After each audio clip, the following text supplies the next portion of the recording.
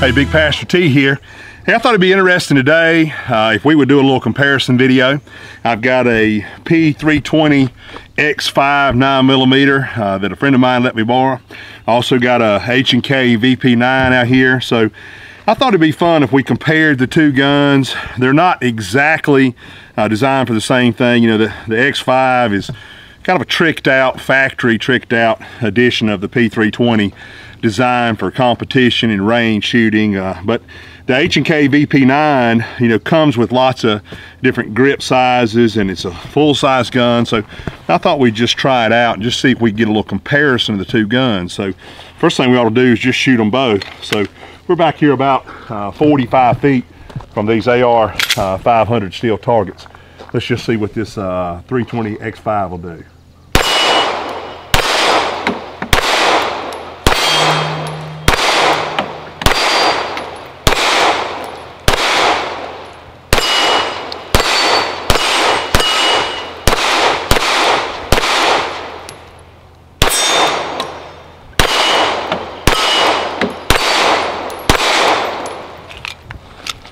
Well, let's try out this H&K VP9.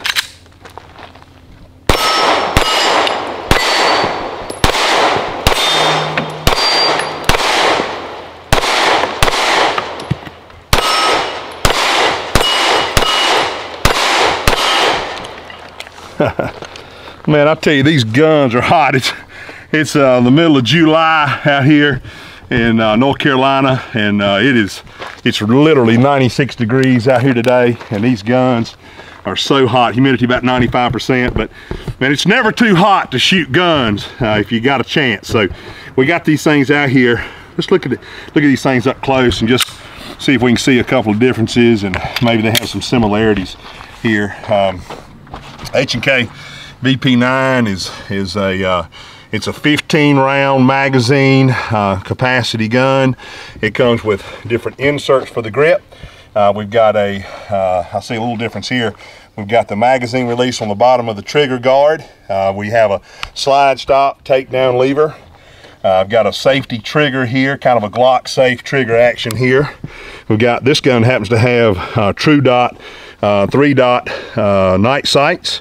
This gun's got ambidextrous slide stop. So the P320 X-Five, it's got a mag well, it's got an extended beaver tail, it's got a mag release here, it's got a slide stop here, but it is ambidextrous slide stop. It's got a flat face trigger. It's got contrasting fiber optic Dawson precision adjustable sights, both for windage and elevation. So both guns have lots of options. Now, the question I had before I shot either one of these guns, just kind of reading about them, looking at reviews and reading the website, reading magazine forums and blogs and things, you know, how'd the gun feel? I like the way this H&K VP9 feels. It does remind me quite a bit of the Walther PPQ in the way that it feels. I feel like I can get a really high grip on the gun, and I like the interchangeable grips in this gun. So if I'm looking at advantages, disadvantages between the two, one of the things that I see right off for me is I like the fact that on this H&K I can adjust the grip. Now I happen to have a small insert, because this one is unusual. If you're not familiar with H&K, you'd like to know this. This side, the grip panels each side are individual, and then the rear grip panel comes out individually. So if you look in the case, the gun comes with a set of small, medium, and large inserts and back grip insert. So I like that. I've got a small on the left, I've got a large back here, excuse me, a medium back here, and I've got a large on this side. I like the way that palm swell feels to my hand. So it's really, really customizable. Now, in contrast, this P320 X-Five, it's got a really nice grip. They've extended the beaver tail. You've got a little higher grip position for your hand on this gun. You got a little higher to the bore axis. You got an undercut on the trigger guard and a mag well at the bottom. So I like the way it feels. It feels pretty good to my hand, but it's not as interchangeable, you know, let's say customizable for different size hands as the H&K is. Let's take another round trip around the range with this thing and see, you know, how this trigger. I do like the way on this gun, I like the way the trigger feels. It's got the flat-faced front trigger, and I like the way it breaks. It breaks at 90 degrees, so I like that.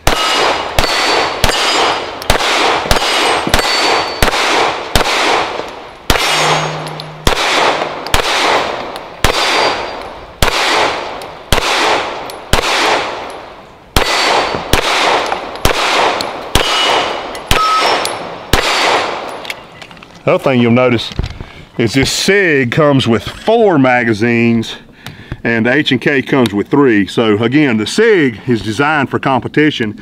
So, you know, they give you the extra mag, but it also has 21 round capacity because it's the extended mag, and they have to do that because of the way the magazine goes into the mag well. So you have to have extension. So 4 21 round magazines, I give the advantage of the magazines to Sig. With 3 15, excuse me, these are yeah, they're 15 round magazines with an H&K. So you got a little bit more capacity, 6 rounds more capacity with the Sig P320 X-Five.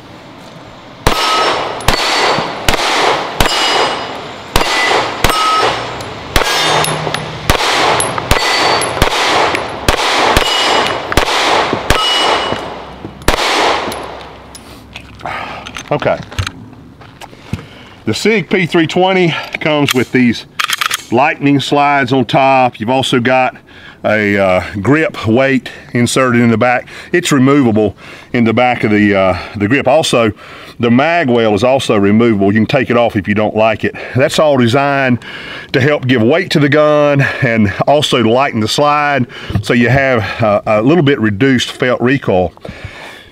If I'm being honest, I feel like that with the interchangeable grips and the design of the H&K, I actually feel like the H&K is a little bit less felt recoil. That may be subjective. It may just be, you know, the way I feel it, but I feel a little bit less recoil with the H&K. I like the way the H&K feels, the grip angle and the bore axis just a little bit lower than the Sig P320 X-Five. So I'm going to give the advantage as far as pointability to the H&K. I think the H&K has got that. Now, I mentioned the mag release on the H&K, and the mag release, you know, is back here in a strange position. You know, if you've been around these plastic guns very long, it's a very strange position. And when I first shot this gun, I didn't really like it. But as I've shot the gun more and I've trained with it a little bit more, I've come to like that. I've learned that I can actually hit if I want to, I can hit the mag release with my trigger finger, or I can hit it with my thumb. I like that.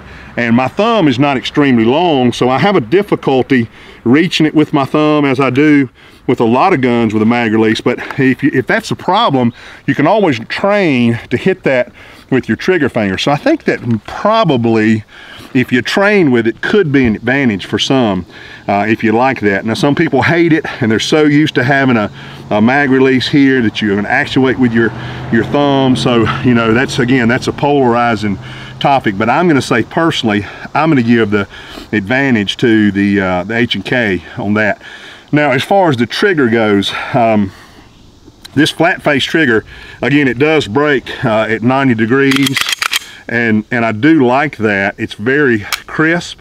There's very little take up on it.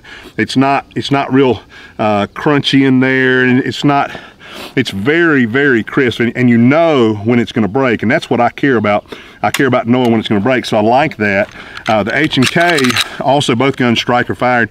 H&K has a little bit of take up there, and I can feel a little grit in the take up, but it's also, when it hits the wall, you know, it's very crisp.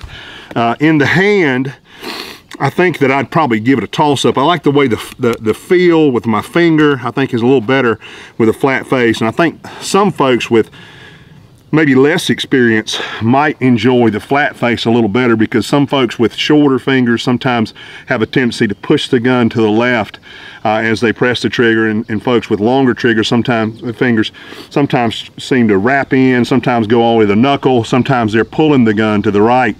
So I think this may alleviate some of that for folks that don't have quite as much experience. But if you have a little bit of experience, you know, I don't know that's an issue for everybody. You know, certainly everybody watching this video, that won't be an issue for you if you shot much. So I'd say I like the feel of the flat face, but I think I like the way the striker fired trigger in this H&K, actually the overall feel. I think it might have a little bit a better feel. This is a stock trigger as far as the trigger bar and everything inside. The mechanism's all the same. It's just the face of the trigger is flat. So let me shoot one more mag through them, and this time I'm going to get on this silhouette over here and just shoot a little bit of rapid fire on the silhouette and see how they both perform in that capacity.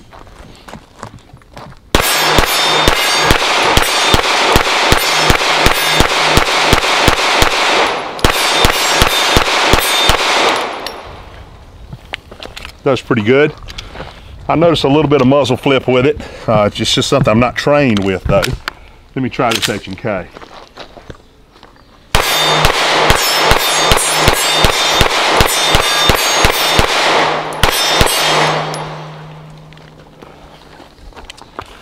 You know, I think both of them perform pretty well. I'm back here about 40, 45 feet away from that silhouette target. So both of them perform pretty well. They seem to shoot very accurately. I know both of them, if you take your time and try to really shoot, you know, and squeeze the trigger accurately, both of them shoot probably better than I do.